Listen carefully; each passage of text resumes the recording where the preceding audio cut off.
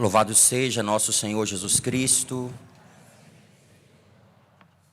Com carinho preparastes uma mesa para o pobre. Queridos irmãos, no céu está sendo preparado para nós um banquete de ricas iguarias. No céu, o Senhor reserva para nós uma experiência que nós não podemos descrever nesta terra.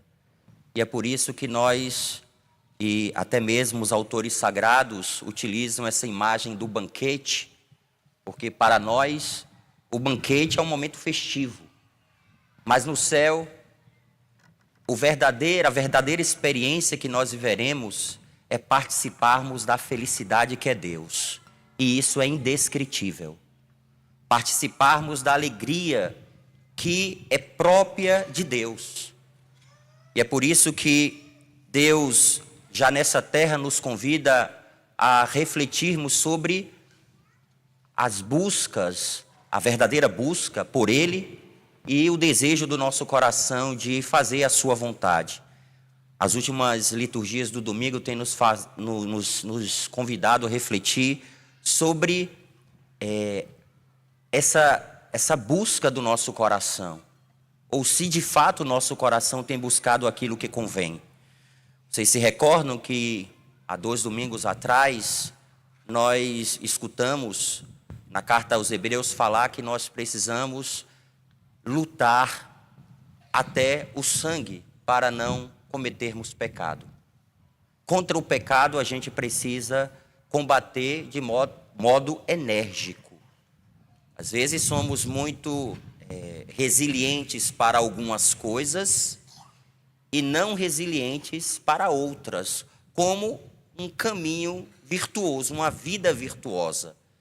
Por isso que Deus nos convida a nos afastarmos do pecado, porque o pecado nos distancia da sua presença.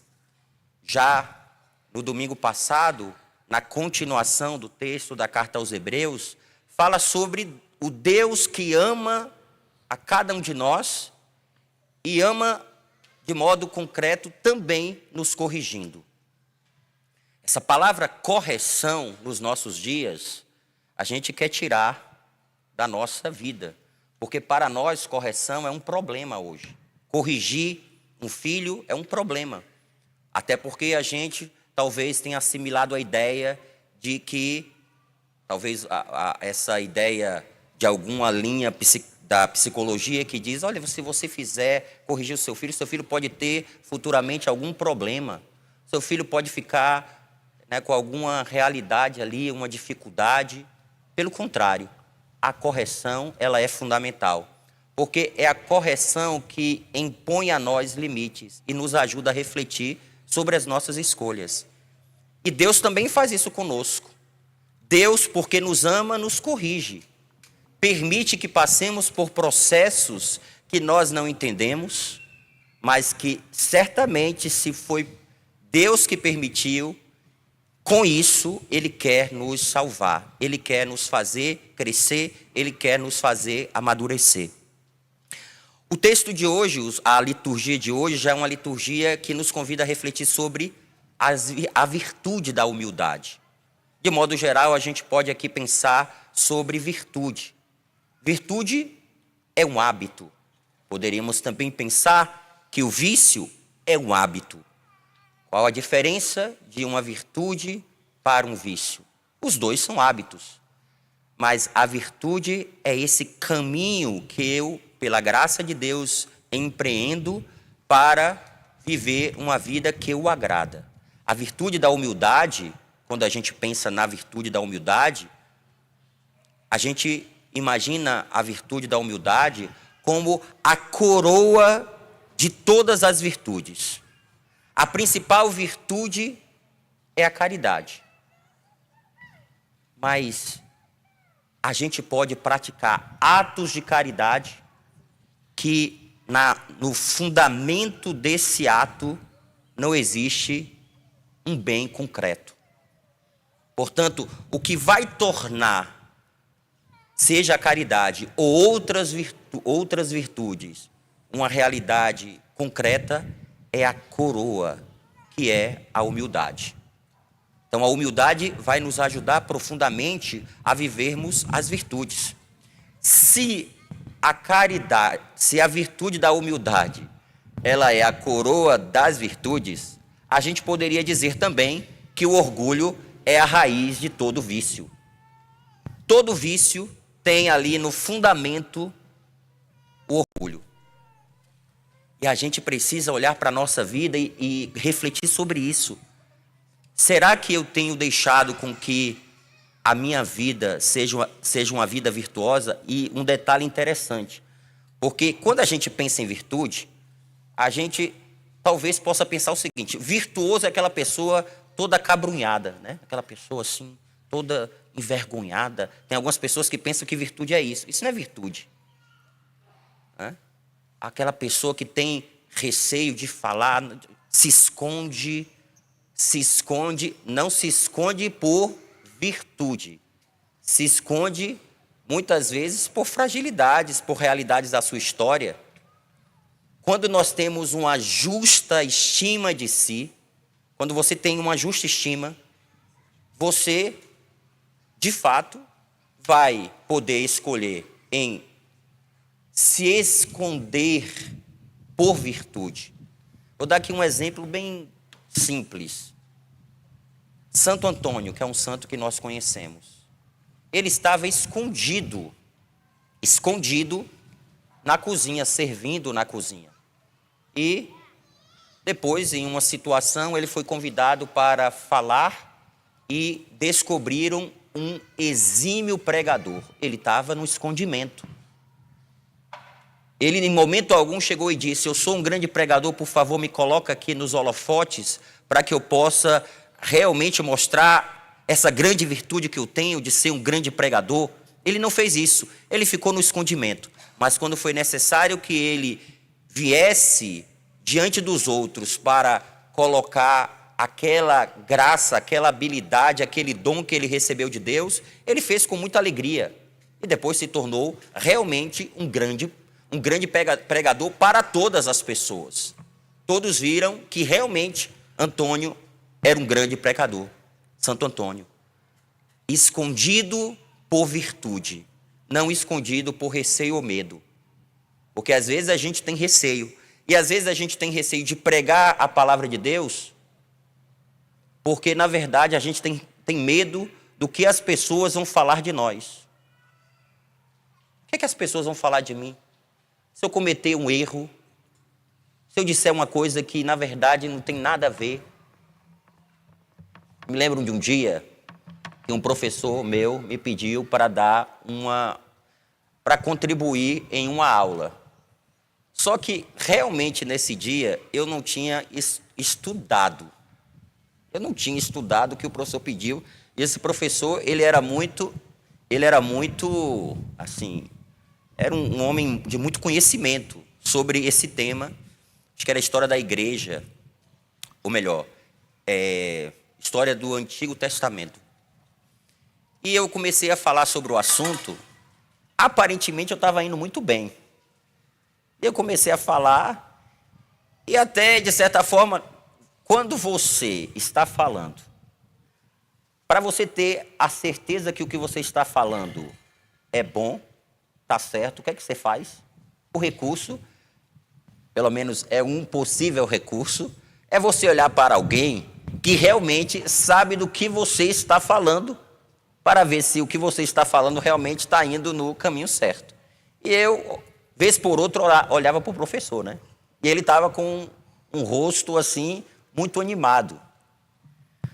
Em certo momento da minha fala, eu falei algo que mudou o comportamento dele. E ele disse para mim: você não acha que o que você está falando é diferente? Isso que você colocou? Falei: professor, eu tenho certeza, porque o senhor está dizendo que o que eu estou falando é errado. Então, na verdade, naquele momento eu tentei ali, porque o que eu vou falar? O professor disse para mim que eu estava errado. Eu não vou dizer para ele que eu estava certo.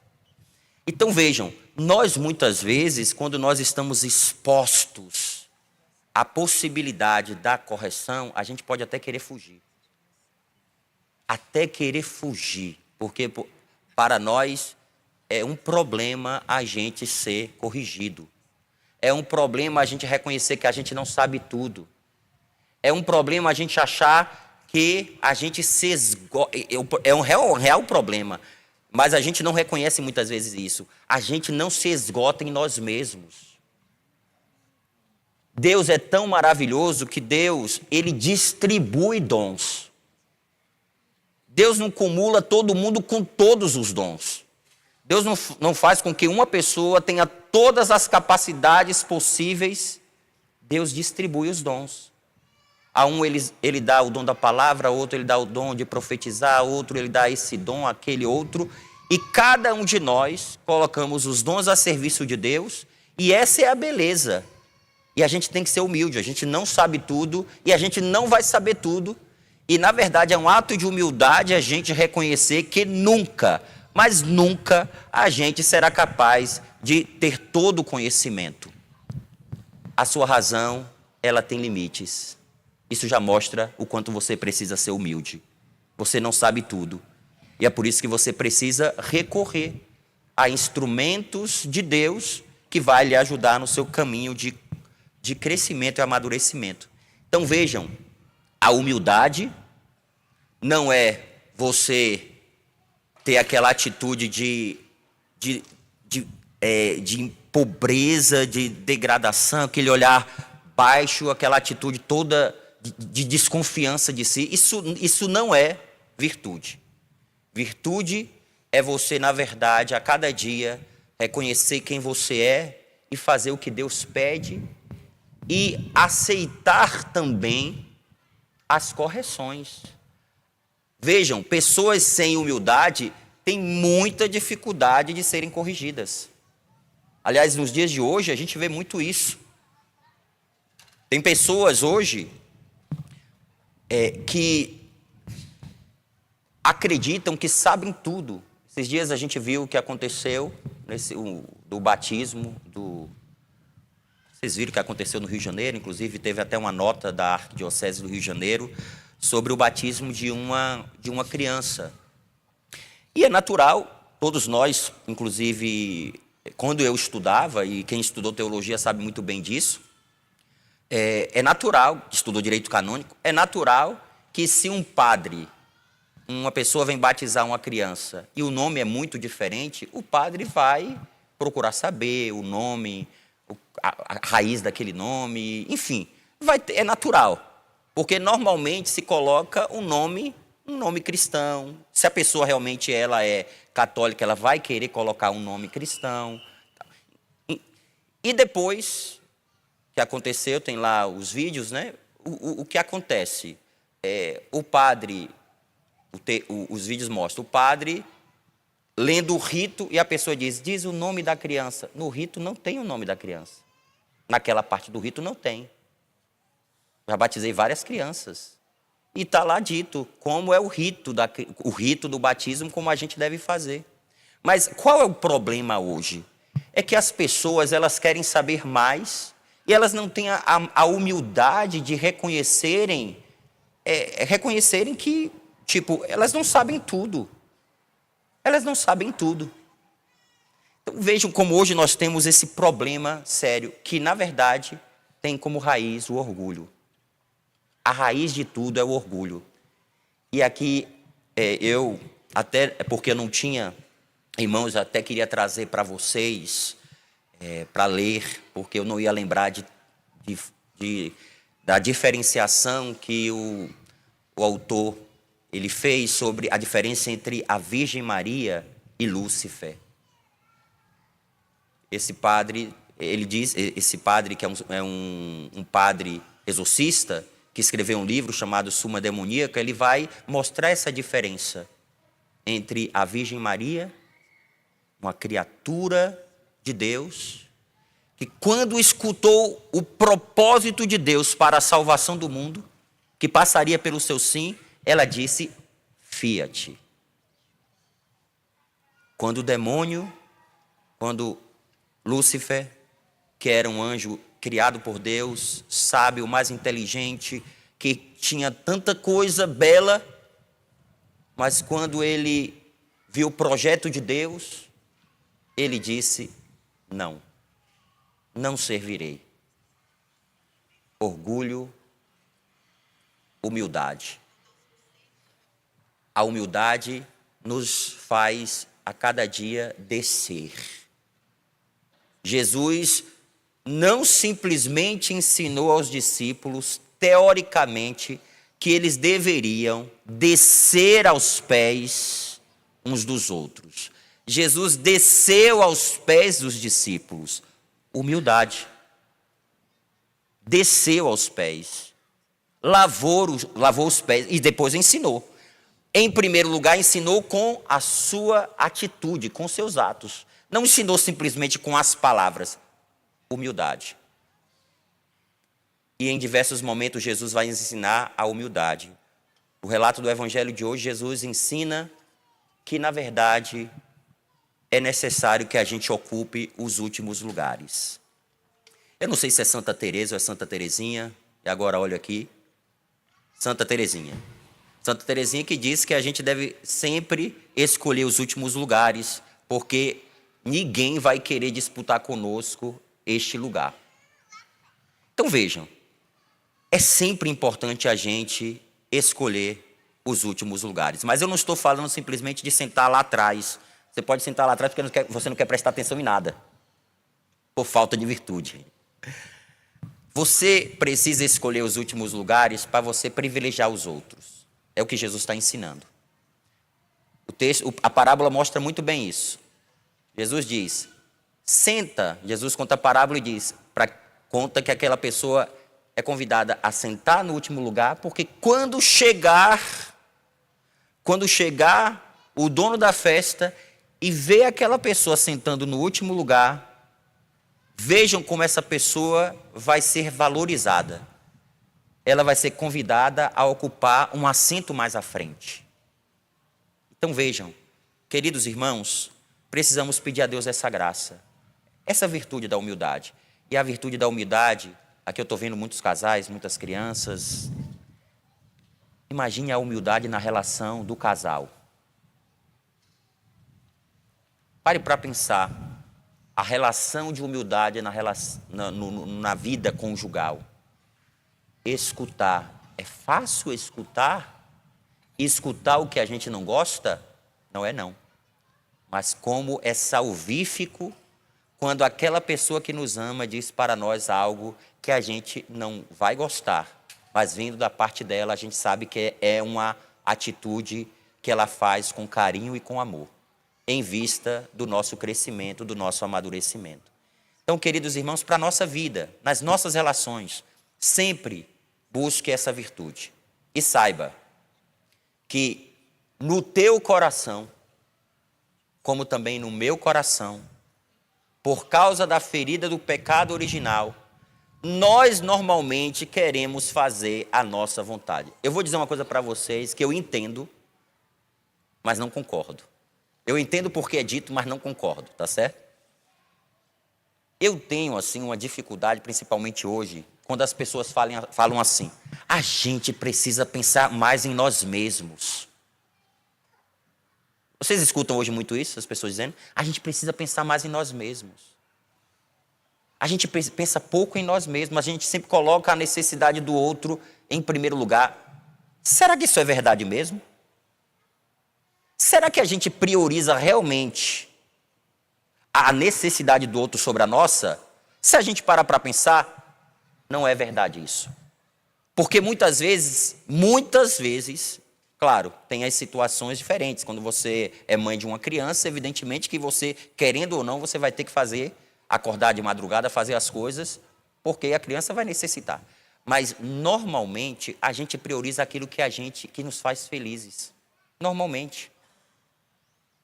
E a gente precisa, sim, se você, por acaso, tem fragilidade, se você muitas vezes tem aquela postura muito de não se valorizar. Acontece, tem pessoas que não se valorizam. E porque não se valorizam, colocam sempre a necessidade do outro. Não por virtude, mas colocam a necessidade do outro acima das suas. Não estou falando disso. Essas pessoas, claro que precisam se valorizar mais. Mas, normalmente, nós nos valorizamos tanto, colocamos tanto a nossa necessidade como prioridade, e a gente escuta muitas vezes esse discurso: priorize mais, se priorize mais, se priorize mais. E o se priorizar hoje mais significa: você se deu muito no matrimônio, se afaste, deixe o matrimônio. Não. Esse comportamento não leva ninguém para o céu. O que vai levar você para o céu é você se valorizar, reconhecer quem você é, mas você também aprender a fazer como Jesus, se abaixar, se ofertar, renunciar, escolher o último lugar. O evangelho não é algo ultrapassado. Jesus nos ensinou a escolher os últimos lugares, viveu isso, e se nós somos discípulos de Jesus, precisamos colocar essa atitude, que na verdade é uma virtude, em prática. Que Deus nos dê essa graça e que a humildade nos faça a cada dia darmos mais passos concretos nas nossas relações. E assim a gente possa viver cada virtude coroando essas virtudes com a humildade. Louvado seja nosso Senhor Jesus Cristo.